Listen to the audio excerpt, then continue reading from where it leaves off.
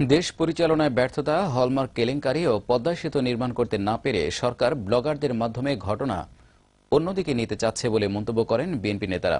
সরকার ধর্মের বিরুদ্ধে কটূক্তিকারীদের শাস্তি না দিয়ে উল্টো মুসল্লিদের গুলি করে হত্যার তীব্র নিন্দা জানান তারা। বিস্তারিত এম এ নাসিরের রিপোর্টে।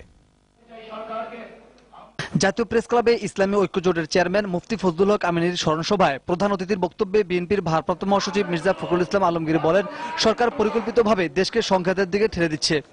লুটপাট, ব্যাংকিং ব্যবস্থাকে ধ্বংস, শেয়ার বাজারকে শেষ করে দেওয়া, পদ্মা সেতুকে নির্মাণ করতে না পারা, জনগণের জীবন নিরাপত্তা দিতে না পারা, শিক্ষা প্রতিষ্ঠানগুলোতে শান্তি ফিরিয়ে আনতে না পারা, এ সব কিছুকে ঢেকে দেওয়ার জন্য পানি ঘোলা করা হয়েছে।